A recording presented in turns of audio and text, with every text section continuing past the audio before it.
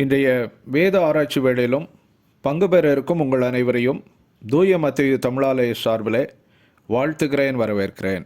இப்போதும் இந்த வேத ஆராய்ச்சி நேரத்திலே தேவன் தாமே நம்மத்திலே இடைபடுமாறு நாம் பிரார்த்தனை செய்வோம். எங்கள் அன்பின் பரமபிதாவே, இந்த வேளையிலும் உம்மை ஆராதிக்கின்றோம், உம்மை துதிக்கின்றோம். இம்மட்டமாக நீர் எங்களுக்கு பாராட்டின அனைத்து கிருபைகளுக்காகவும் தயவுகளுக்காகவும் உமக்கு நன்றி செலுத்துகிறோம். இப்போதும் இந்த நேரத்தினை நீர் ஆசீர்வதித்தருளும். இந்த வேத ஆராய்ச்சி வேளையிலே கலந்து கொள்ளுகின்ற ஒவ்வொருவரையும் உம்முடைய சத்திய வார்த்தைகளால் போஷித்தருளும். இப்போதும் நாங்கள் பாட இருக்கின்ற பாடல்கள் மூலமாக உம்முடைய திரு பிரசன்னத்தை நாங்கள் உணர்ந்து கொள்ளவும், செய்தி வேளையிலே உம்முடைய மெல்லிய அமர்ந்த சத்தத்தை கேட்கவும் எங்களுக்கு அருள் தாரும். இன்றும் பேச இருக்கின்ற உம்முடைய அடியாரை மறைத்து உம்மை வெளிப்படுத்தியறலும்.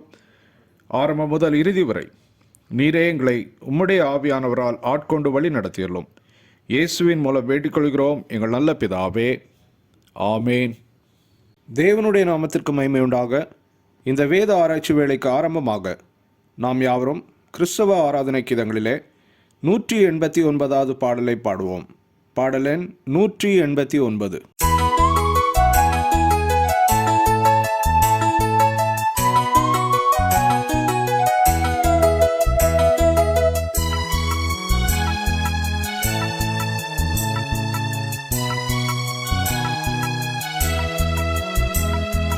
கல்வாரியின் கருணை இதே காயங்களில் காணுதே. கர்த்தன் இயேசு பாருனக்காய் கஷ்டங்கள் சகித்தாரே. கர்த்தன் இயேசு பாருனக்காய் கஷ்டங்கள் சகித்தாரே. விலையேற பெற்ற திரு ரத்தமே அவர் வீலாவி நின்று பாயுதே. விலையேற பெற்ற திரு ரத்தமே அவர் வீலாவி நின்று பாயுதே. விலையேற பெற்றோனாய் உன்னை மாற்ற விலையாக ஈந்தனரே. விலையேற பெற்றோனாய் உன்னை மாற்ற விலையாக ஈந்தனரே.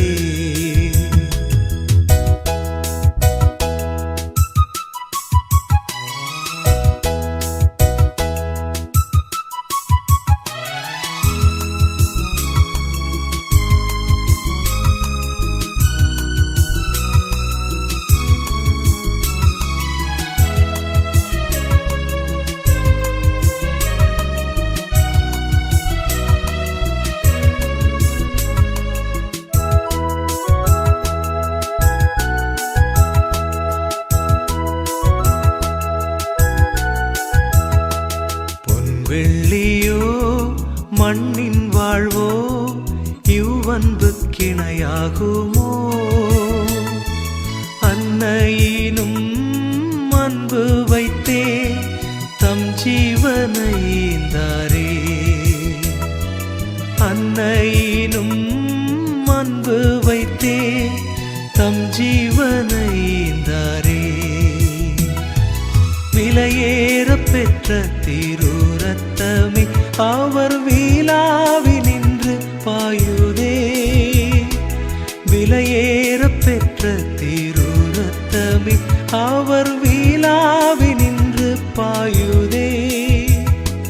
விலையேற பெற்றோனாய் உன்னை மாற்ற விலையாக ஈந்தனரே. விலையேற பெற்றோனாய் உன்னை மாற்ற விலையாக ஈந்தனரே.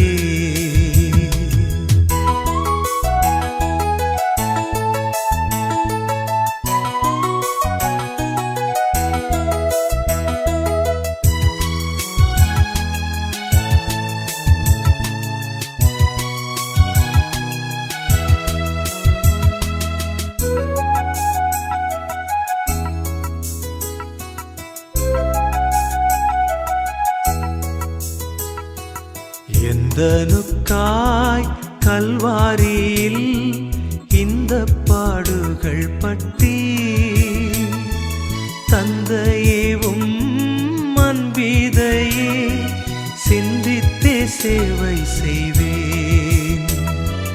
தந்தையே அன்பிதையே சிந்தித்தே சேவை செய்வேன். விலையேற பெற்ற திரு ரத்தமே அவர் வீழாவி நின்று பாயுதே. விலையேற பெற்ற திரு ரத்தமே அவர் வீழாவி நின்று பாயுதே. விலையேற பெற்றோனாய் உன்னை மாற்ற விலையாக ஈந்தனரே. விலையேற பெற்றோனாய் உன்னை மாற்ற விலையாக ஈந்தனரே.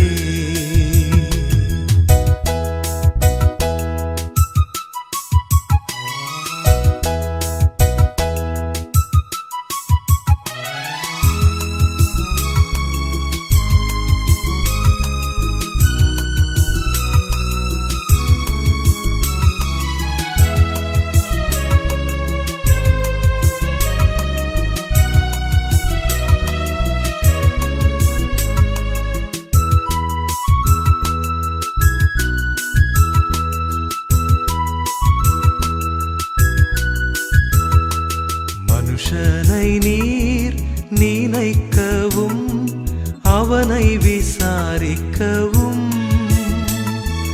மண்ணிலவன் எம்மாத்திரம் மன்னவாவும் தயவே. மண்ணிலவன் எம்மாத்திரம் மன்னவாவும் தயவே. விலையேற பெற்ற திரு ரத்தமே அவர் வீழாவி நின்று பாயுதே. விலையேற பெற்ற திரு ரத்தமே அவர் வீழாவி நின்று பாயுதே. விலையேற பெற்றோனாய் உன்னை மாற்ற விலையாக ஈந்தனரே. விலையேற பெற்றோனாய் உன்னை மாற்ற விலையாக ஈந்தனரே. இப்போதும் வேத பாடம் வாசிக்கப்படும். வாசிக்க வேண்டிய வேத பகுதி ரோமர் 15ஆம் அதிகாரம் வசனங்கள் 1 முதல் 13 வரை. The Bible reading is taken from the book of Romans chapter 15 verses 1 to 13. அன்றியும் பலமுள்ளவர்களாகிய நாம் நமக்கே பிரியமாய் நடவாமல் பலவீனருடைய பலவீனங்களை தாங்க வேண்டும். நம்மில் ஒவ்வொருவனும் பிறனுடைய பக்தி விருத்திக்கு ஏதுவான நன்மையுண்டாகும்படி அவனுக்கு பிரியமாய் நடக்க கடவன். கிறிஸ்துவும் தமக்கே பிரியமாய் நடவாமல் உம்மை நிந்திக்கிறவளுடைய நிந்தைகள் என்மேல் விழுந்தது என்று எழுதியிருக்கிறபடியே நடந்தார். தேவ வசனத்தினால் உண்டாகும் பொறுமையினாலும் ஆறுதலினாலும் நாம் நம்பிக்கை உள்ளவர்களாகும்படிக்கு முன்பு எழுதியிருக்கிறவைகள் எல்லாம் நமக்கு போதனையாக எழுதியிருக்கிறது. நீங்கள் ஒருமனப்பட்டு நம்முடைய கர்த்தராகிய இயேசு கிறிஸ்துவின் பிதாவாகிய தேவனே ஒரே வாயினால் மகிமைப்படுத்தும்படிக்கு பொறுமையும் ஆறுதலையும் அளிக்கும் தேவன் கிறிஸ்து இயேசுவினுடைய மாதிரியின்படியே நீங்கள் ஏக சிந்தை உள்ளவர்களாய் இருக்கும்படிக்கு உங்களுக்கு அனுகிரகம் செய்வாராக. ஆதலால் தேவனுக்கு மகிமை உண்டாக கிறிஸ்து நம்மை ஏற்றுக்கொண்டது போல நீங்களும் ஒருவரை ஒருவர் ஏற்றுக்கொள்ளுங்கள். மேலும் பிதாக்களுக்கு பண்ணப்பட்ட வாக்குத்தத்தங்களை உறுதியாக்கும்படிக்கு தேவனுடைய சத்தியத்தின் நிமித்தம் இயேசு கிறிஸ்து விருத்த சேதனமுள்ளவர்களுக்கு ஊழியக்காரர் ஆனார் என்றும் புறஜாதியார் இரக்கம் பெற்றது நிமித்தம் தேவனை மகிமைப்படுத்துகிறார்கள் என்றும் சொல்லுகிறேன். அந்தபடி இது நிமித்தம் நாம் புறஜாதிகளுக்குள்ளே உம்மை அறிக்கை பண்ணி உம்முடைய நாமத்தை சொல்லி சங்கீதம் பாடுவேன் என்று எழுதியிருக்கிறது. மேலும் புறஜாதிகளே அவருடைய ஜனங்களோட கூட களி கூறுங்கள் என்கிறார். மேலும் புறஜாதிகளே எல்லாரும் கர்த்தரை துதியுங்கள், ஜனங்களே எல்லாரும் அவரை புகழுங்கள் என்றும் சொல்லுகிறார். மேலும் ஈசாயின் வேரும் புறஜாதியாரை ஆளும்படிக்கு எழும்புகிறவருமாகிய ஒருவர் தோன்றுவார். அவரிடத்தில் புறஜாதியார் நம்பிக்கை வைப்பார்கள் என்று ஏசாயா சொல்கிறான். பரிசுத்த ஆவியின் பலத்தினாலே உங்களுக்கு நம்பிக்கை பெருகும்படிக்கு நம்பிக்கையின் தேவன் விசுவாசத்தினால் உண்டாகும் எல்லாவித சந்தோஷத்தினாலும் சமாதானத்தினாலும் உங்களை நிரப்புவாராக. வாசிக்க வேண்டிய வேத பகுதி வாசித்தாயிற்று. அறிவிப்புகள். இன்றைய வேத ஆராய்ச்சி கூட்டத்திலும் பங்கு பெற்று கொண்டிருக்கின்ற உங்கள் அனைவரையும் ஆண்டவராகிய இயேசு கிறிஸ்துவின் இனிய நாமத்திலே வாழ்த்தி வரவேற்கிறேன். இன்றைய வேத ஆராய்ச்சி கூட்டத்திலும் நம்ம மத்தியிலே தேவனுடைய செய்தியை பகிர்ந்து கொள்ள இருக்கும் ரெவரண்ட் டாக்டர் ஸ்டான்லி ஜோன்ஸ் அவர்களை ஆலய சார்பிலே வாழ்த்தி வரவேற்கிறேன். அவர்கள் பூனாவில் இயங்கி வரும் யூபிஎஸ்ஸிலே நியூ டெஸ்டமெண்ட் டிபார்ட்மெண்ட்டிலே ப்ரொஃபஸராக இருந்து தேவனுடைய ஊழியங்களை செய்து வருகிறார்கள். திரும்பவும் தேவனுடைய நாமத்திற்கு மகிமை உண்டாக நாம் யாவரும் கிறிஸ்தவ ஆராதனை கீதங்களிலே 157வது பாடலை பாடுவோம். பாடலெண் 157.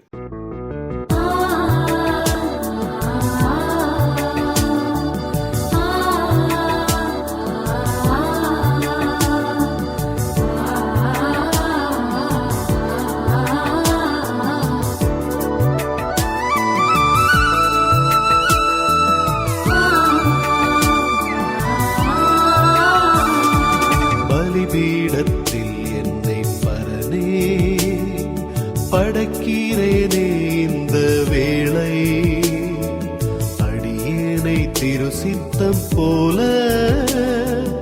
ஆண்டு நடத்திடுமே. கல்வாரியின் அன்பினையே கண்டு விரைந்தோடி வந்தே.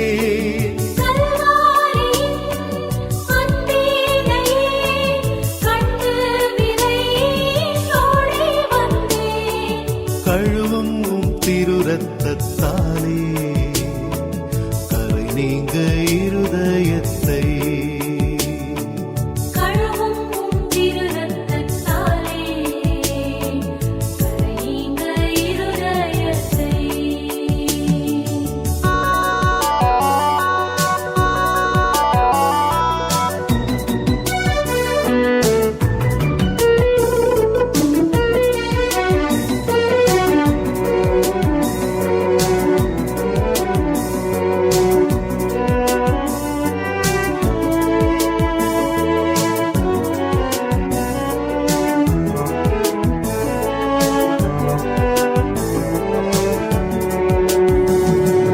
நீரன்றி என்னாலே பாரில் ஏதும் நான் செய்திட இயலே.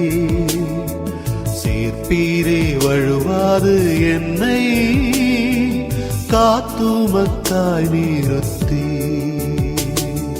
கல்வாரியின் அன்பினையே கண்டு விரைந்தோடி வந்தே.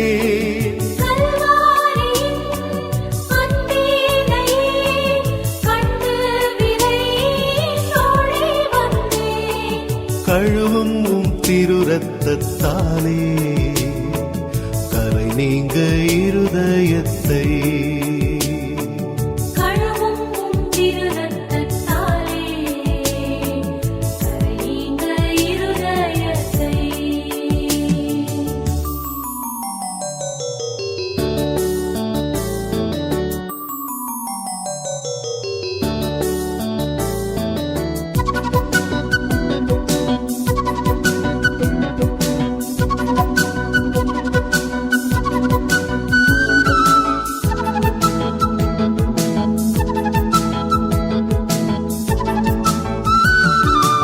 ஆவியோடாத்மா சரீரம் அன்பரே உமக்கென்றும் ஈந்தே.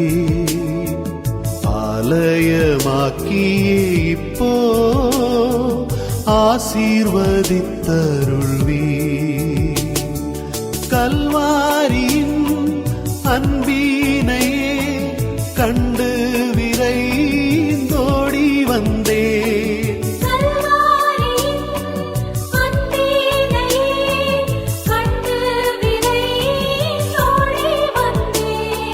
கழுவும் திருரத்தத்தாலே கரை நீங்க இருதயத்தை.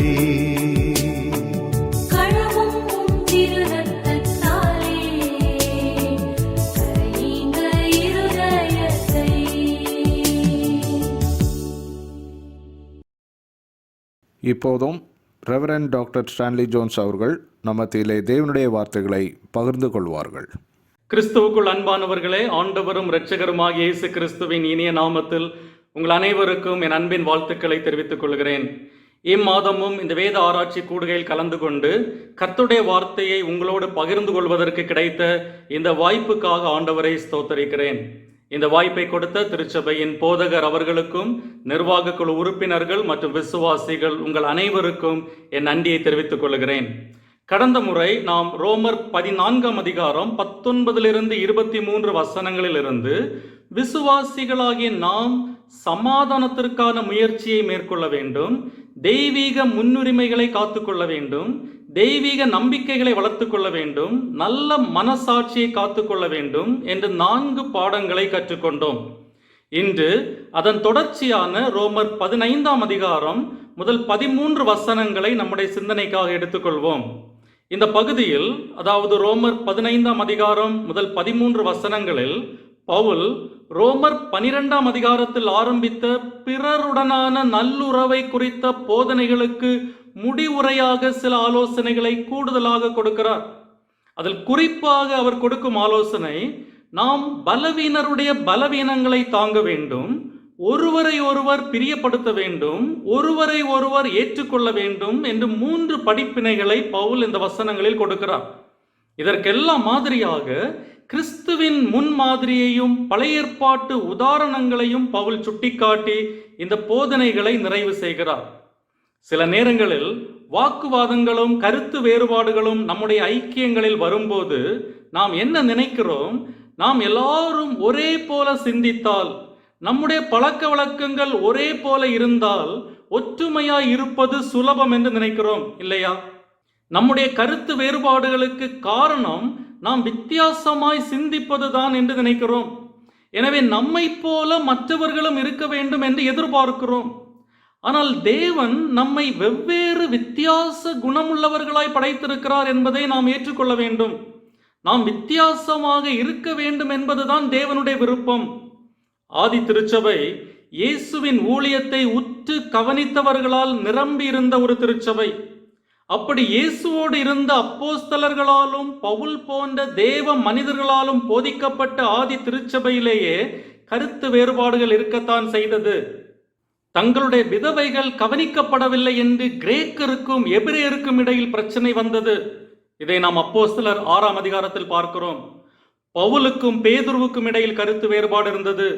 பவுலுக்கும் பர்னபாவுக்கும் இடையில் கருத்து வேறுபாடு வந்தது. கொரிந்து சபையில் பல பிரிவுகள் காணப்பட்டது. பிலிப்பு பட்டணத்து சபையில் எயோதியாளுக்கும் சிந்திகையாளுக்கும் இடையில் கருத்து வேறுபாடு இருந்தது என்று பிலிப்பியர் 4ஆம் அதிகாரம் 2ஆம் வசனத்தில் பார்க்கிறோம்.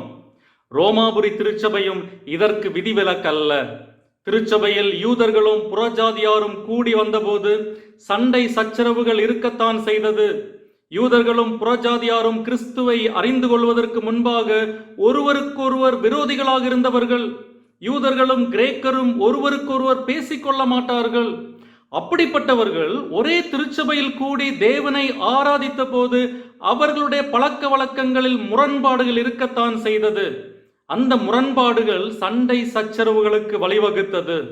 இப்படிப்பட்ட சூழலில் ஒருவரை ஒருவர் ஏற்றுக்கொள்வதற்கும் அன்பு செலுத்துவதற்குமான ஆலோசனையை கொடுக்க பவுல் இந்த ரோமர் நிருபத்தில் 4 அதிகாரங்களை ஒதுக்குகிறார். ரோமர் 12 முதல் 15 அதிகாரங்களில் பவுல் இந்த பிரச்சனையை தான் பிரதானமாக கையாளுகிறார். இன்று நம்முடைய திருச்சபைகளில் யூதர்களுக்கும் கிரேக்கர்களுக்கும் இடையிலான பிரச்சனை இல்லாமல் இருக்கலாம். காரணம், யூதரும் கிரேக்கரும் நமக்கு அந்நியமானவர்கள். நம்முடைய சபைகளில் யூதர்களும் கிரேக்கரும் இருப்பதில்லை. எனவே உணவு முறையோ அல்லது நாட்களை விசேஷித்தல் குறித்த காரியங்களோ நமக்கு பிரச்சனையாக இல்லாமல் இருக்கலாம். ஆனால் நம்முடைய ஐக்கியங்களிலும் கருத்து வேறுபாடுகளும் முரண்பாடுகளும் இருக்கத்தான் செய்கிறது, இல்லையா? உதாரணத்துக்கு, தலைமுறை இடைவெளி பிரச்சனை இன்று திருச்சபைகளில் இருக்கும் ஒரு பொதுவான பிரச்சனை.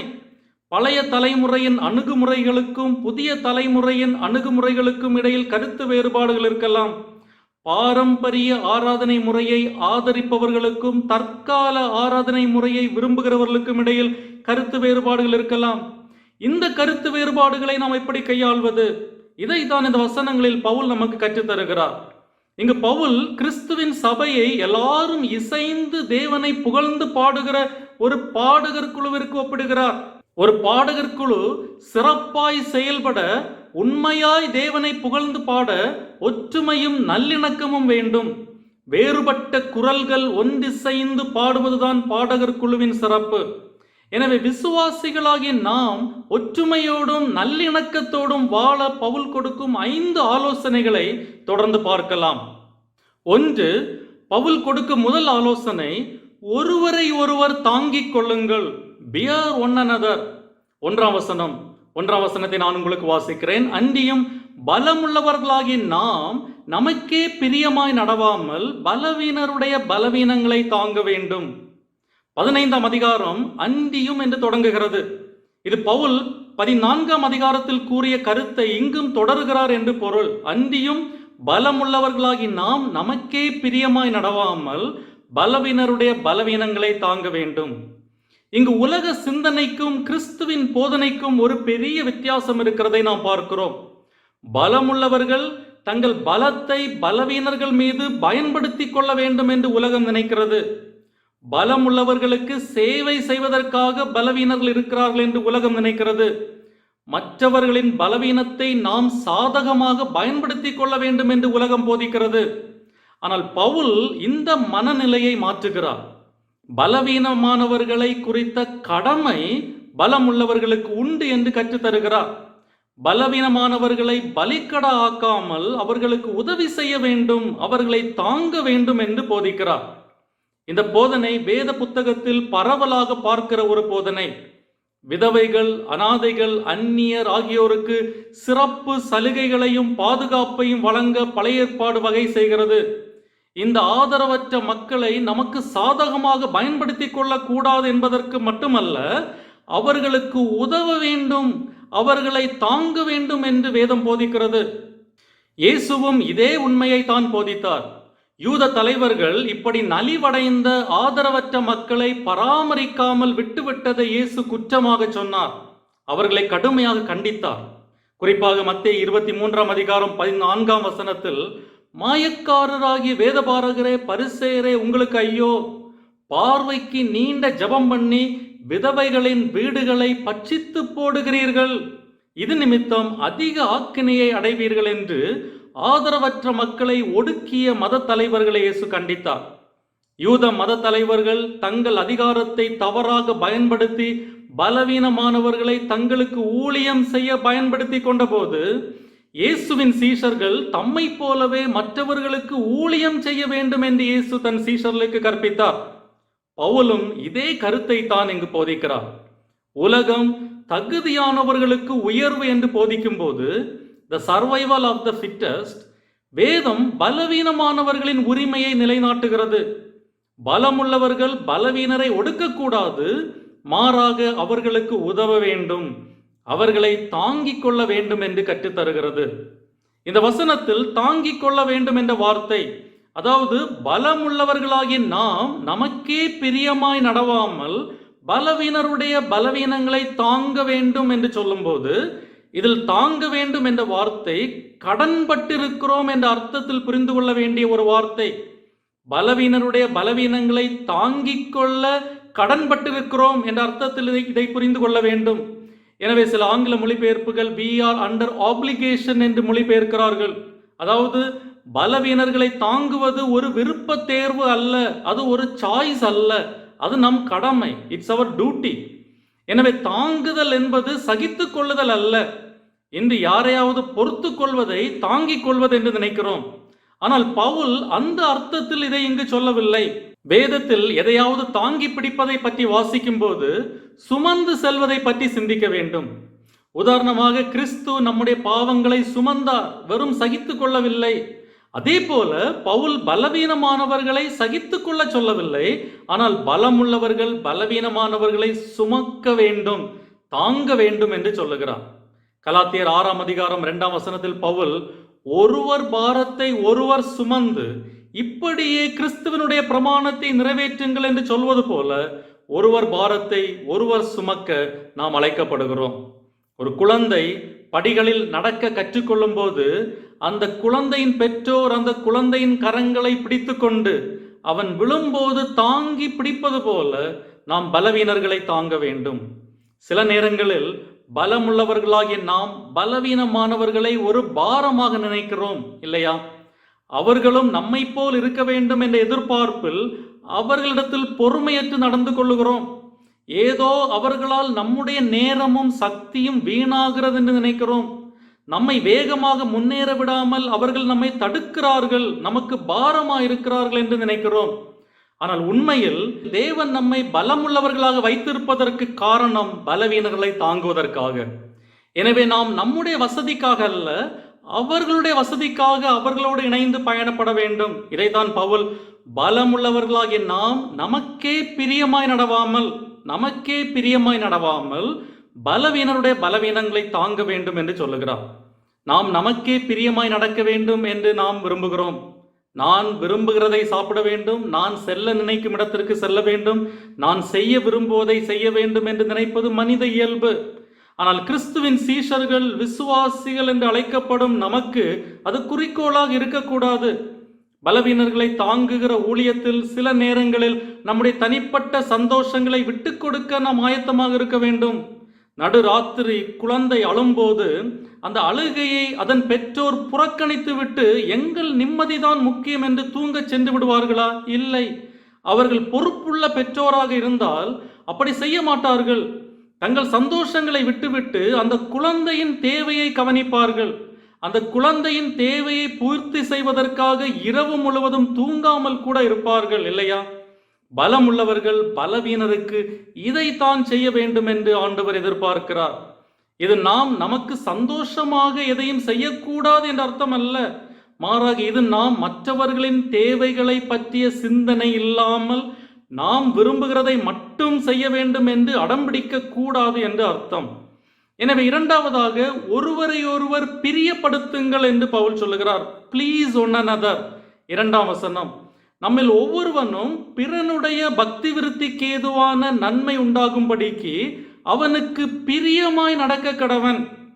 நம்மில் ஒவ்வொருவனும் பிறனுடைய பக்தி விருத்திக்கு ஏதுவான நன்மை உண்டாகும்படிக்கு அவனுக்கு பிரியமாய் நடக்க கடவன் என்று பவுல் சொல்லும்போது, இங்கு பிறன் என்பது பலவீனமான சகோதரனை குறிக்கிறது. நாம் சுயநலமற்றவர்களாகவும் நம் சக விசுவாசிகளில் நலனை குறித்து அக்கறை உள்ளவர்களாகவும் இருக்க வேண்டும். அவர்களை பிரியப்படுத்துவது கூட நம்முடைய ஆவிக்குரிய பண்புகளில் ஒன்றாக இருக்க வேண்டும்.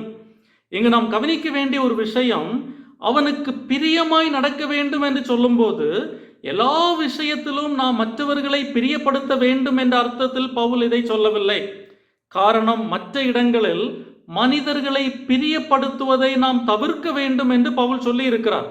குறிப்பாக கலாத்தியர் 1ஆம் அதிகாரம் 10ஆம் வசனத்தில் பவுல், இப்பொழுது நான் மனுஷரையா தேவனையா யாரை நாடி போகிறேன்? மனுஷரையா பிரியப்படுத்த பார்க்கிறேன்?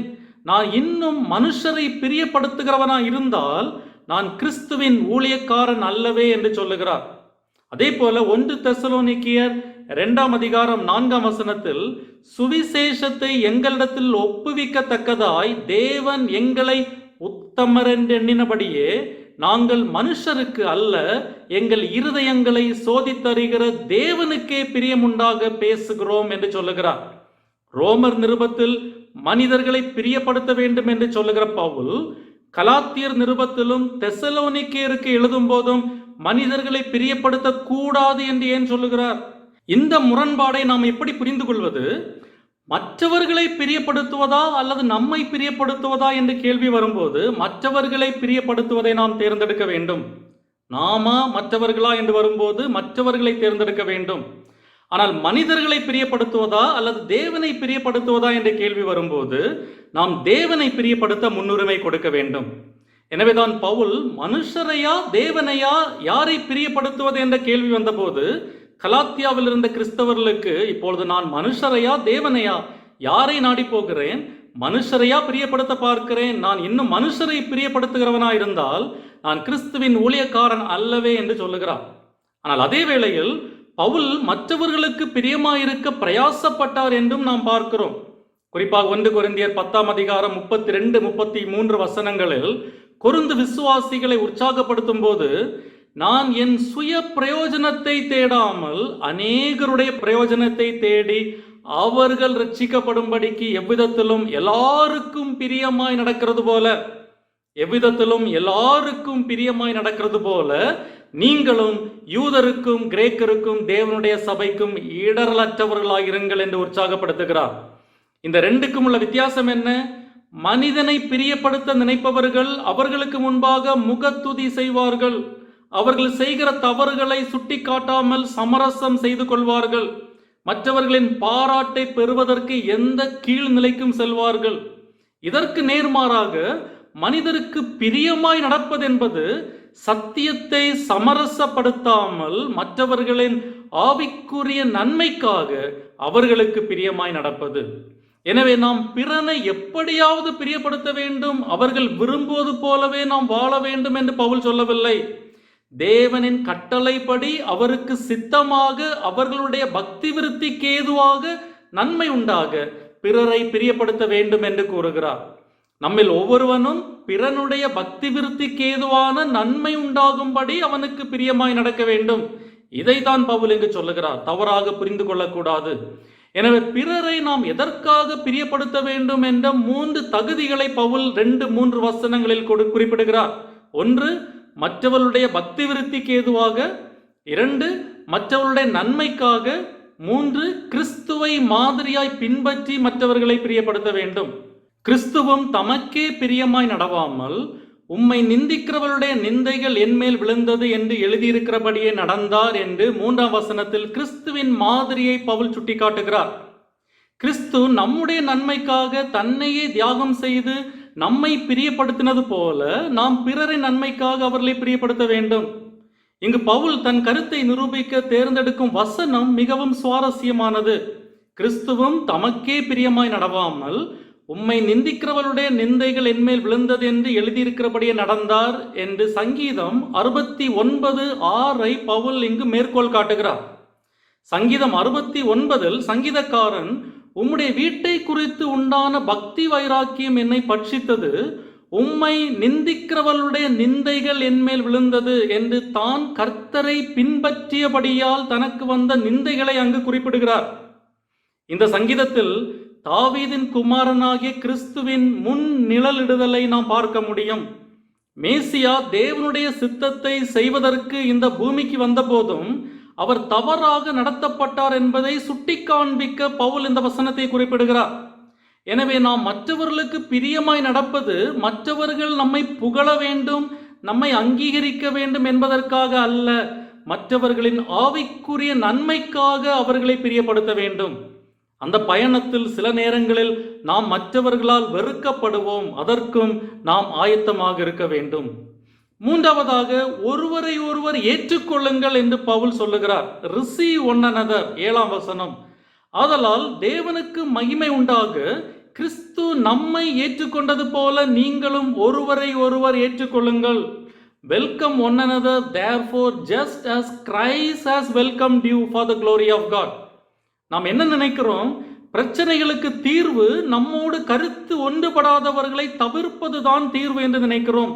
அவர்களை விட்டு விலகி இருப்பதுதான் தீர்வு என்று நினைக்கிறோம்.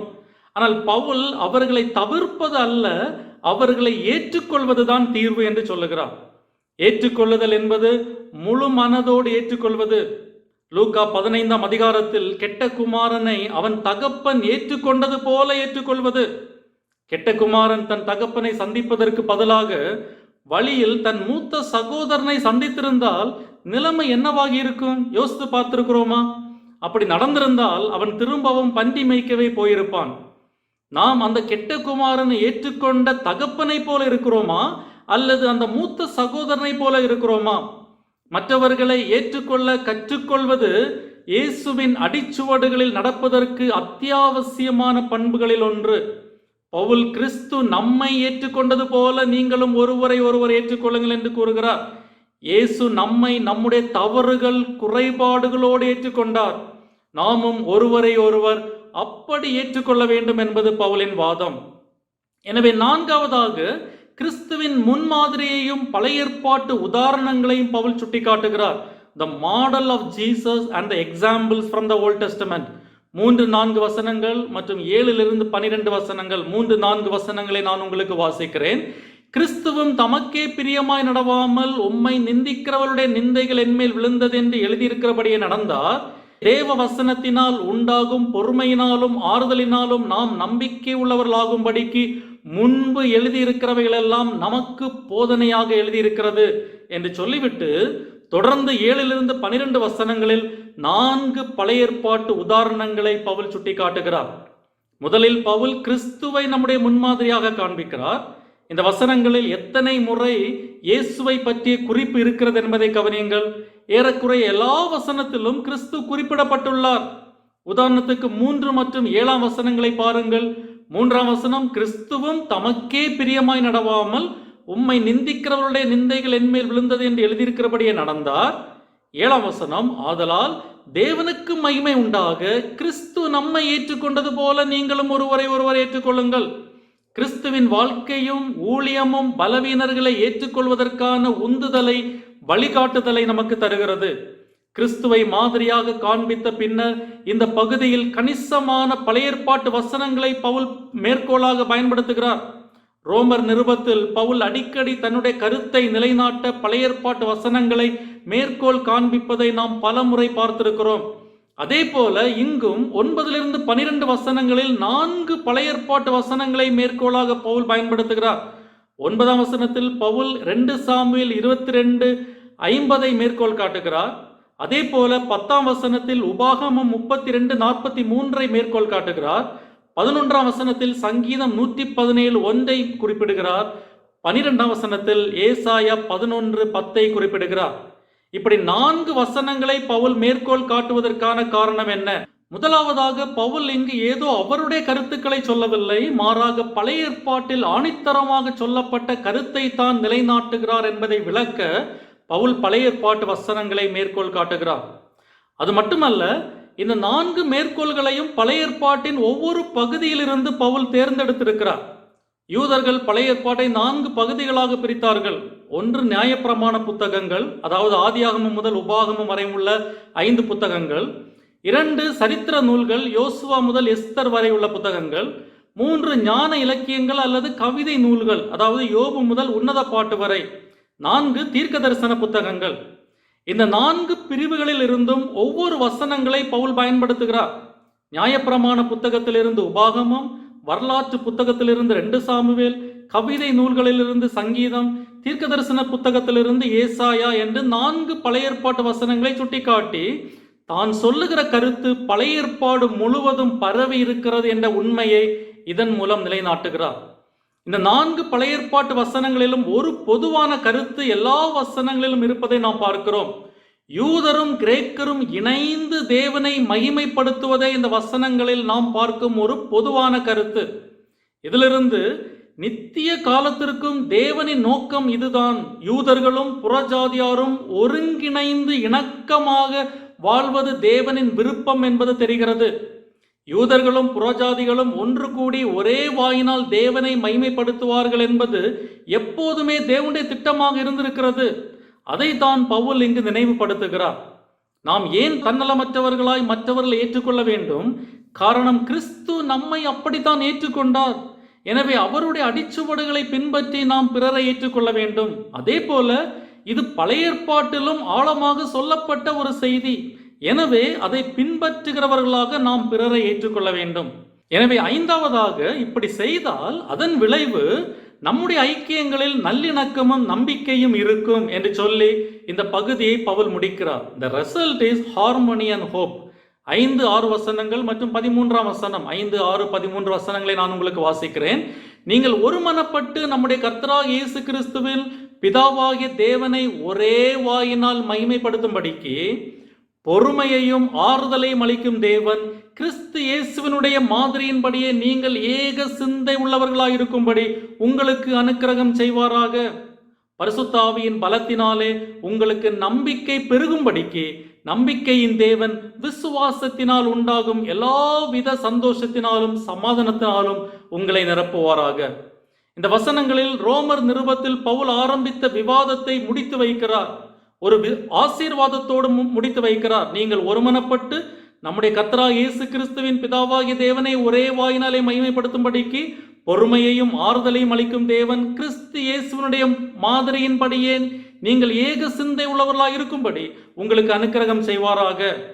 பரிசுத்த ஆவியின் பலத்தினாலே உங்களுக்கு நம்பிக்கை பெருகும்படிக்கு நம்பிக்கையின் தேவன் விசுவாசத்தினால் உண்டாகும் எல்லாவித சந்தோஷத்தினாலும் சமாதானத்தினாலும் உங்களை நிரப்புவாராக என்று முடிக்கிறார். இது ஒரு ஆசீர்வாதம். தேவன் விசுவாசிகளை எல்லா சந்தோஷத்தினாலும் எல்லா சமாதானத்தினாலும் நிரப்புவார் என்பது பவுலின் நம்பிக்கை. ஆங்கிலத்தில் may God give you a spirit of unity among yourself அல்லது may God grant you to live in harmony with one another என்று மொழிபெயர்க்கப்பட்டிருக்கிறது. அத்தியாவசியமற்ற விஷயங்களில் கருத்து வேறுபாடுகள் இருந்தாலும் விசுவாசிகள் ஏக சிந்தை உள்ளவர்களாக இருக்க வேண்டும் என்பது பவுலின் பிரார்த்தனை. இங்கு நாம் கற்றுக்கொள்ள வேண்டிய பாடம், ஒவ்வொரு விஷயத்திலும் ஏக சிந்தை உள்ளவர்களாக இருக்க வேண்டும் என்கிற அவசியம் இல்லை. அப்படி இருப்பது கடினம். கருத்து வேறுபாடுகள் இல்லாத ஒரு குழுவை நாம் எங்குமே பார்க்க முடியாது. ஒவ்வொருவரும் தங்களுடைய கருத்துக்களை வெளிப்படுத்துகிற உரிமை நமக்கு இருக்க வேண்டும். அதுதான் ஜனநாயகம். ஆனால் அந்த கருத்து வேறுபாடுகள் மத்தியிலும் நாம் இணைந்து தேவனுக்காக செயல்பட முடியும். பல குரல்கள் இணைந்து ஒரு சிம்பனி உருவாவது போல பல எண்ணங்கள் உள்ளவர்கள் இணைந்து தேவனுடைய நாம மகிமைக்காக செயல்படுவது தான் தேவனுடைய ராஜ்யமாக இருக்க முடியும். இதைத்தான் பவுல் 5ஆம் வசனத்தில் நாம் ஒன்றாயிருப்பதற்கான நோக்கமாக பவுல் குறிப்பிடுகிறார். நீங்கள் ஒருமனப்பட்டு நம்முடைய கர்த்தராகிய இயேசு கிறிஸ்துவின் பிதாவாகிய தேவனை ஒரே வாயினால் மகிமைப்படுத்தும்படிக்கு நாம் ஒன்றாயிருப்பதற்கான நோக்கம் இதுதான். தேவனை ஒரே வாயினாலே, அதாவது ஒரே குரலினால் மகிமைப்படுத்துவது அவசியம். எப்படி பாடகர் குழுவினர் குரல்கள் ஒன்று கலந்து ஒத்திசைவாக பாடும்போது இதயத்திற்கு இதமாக இனிமையாக இருக்குமோ, அதே வேளையில் ஒத்திசைவிற்கு பதிலாக இசையில் முரண்பாடு இருந்தால் அது காதை துளைப்பதாக கேட்பதற்கு அருவருப்பாக இருக்குமோ, அதே போலதான் நாம் நம் சக விசுவாசிகளை குறித்து நமது இருதயங்களில் விரோத உணர்வுடன் தேவனை ஆராதிக்க வரும்போது நம்முடைய துதிகள் ஆவியானவரின் செவிக்கு அருவருப்பாக இருக்கும். அப்படி இல்லாமல் ஒரு மனதோடு தேவனை நாம் ஆராதிக்கும் போது அது ஆவியானவரை பிரியப்படுத்துவதாக இருக்கும். இரு விசுவாசிகள் மத்தியில் கருத்து வேறுபாடுகள் வரும்போது என் விருப்பப்படி காரியங்கள் நடக்கவில்லை என்றால் நான் ஒதுங்கி விடுவதோ அல்லது பிரிந்து செல்வதோ அல்ல தீர்வு. ரோமாபுரி திருச்சபை அப்படி பிரிந்து செல்ல தீர்மானித்திருந்தால் பல குழுக்களாக பிரிந்து போயிருப்பார்கள்.